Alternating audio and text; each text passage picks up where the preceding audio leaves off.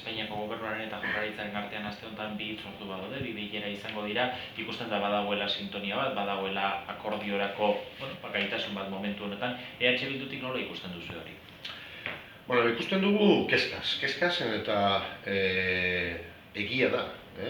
Akordioak ematen dienean, eta akordioetan zegoen lortzen bada hori balorazio positiboa egin behar dela, baina perspektiba politiko batetik ez dugu uste aurrerapausoak ematen dienik.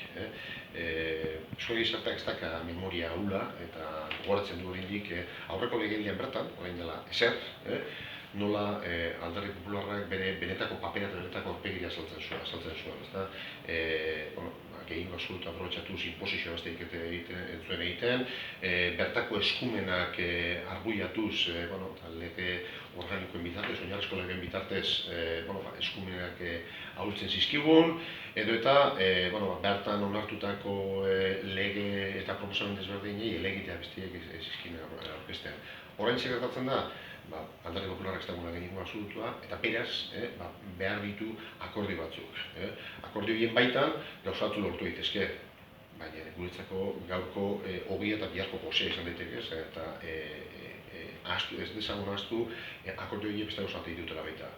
Eusko Baion ustelduen dagoen alderdi politiko bat, eta zentralistenetako bat, eta eskubi ranzioen den alderdi bat mantentzen da Espainian, eta guretzako horrek oso balorazio politiko negatiboa egiten du. Akordioa banak ikusita positiboa izan daiteke, baina perspektiba politiko orokor baten baitan guretzako negatiboa da, zer eta aurrean edo horrek negoziatzen horrek ez du benetan onartzen herri honek dituen eskubideak, eta askotan ere uste du privilegio baten barruan bizi gala. Beraz, lehen esan dut gaurko ogia, biharko gozea izan daiteke, iraganean beste askotan ikusi dugun bezala.